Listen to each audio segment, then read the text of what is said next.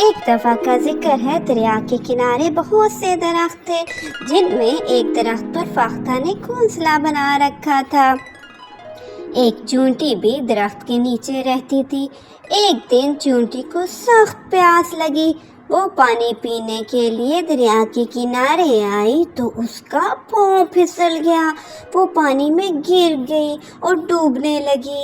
فاختہ نے جب دیکھا درخت سے پتا توڑ کر نیچے چونٹی کے پاس پھینکا۔ چونٹی اس پر سوار ہو گئی۔ اس طرح اس کی جان بچ گئی۔ اس نے فاختہ کا شکریہ ادا کیا۔ پھر کچھ دن بعد ایک شکاری جنگل میں آیا۔ اس نے فاختہ کو درخت پر بیٹھے دیکھا تو بہت خوش ہوا اور اس کا نشانہ لینے لگا۔ جیسے ہی شکاری بندوق چلانے لگا تو چونٹی نے دیکھ لیا۔ اس نے فوراً شکاری کے پاؤں پر کاٹ لیا۔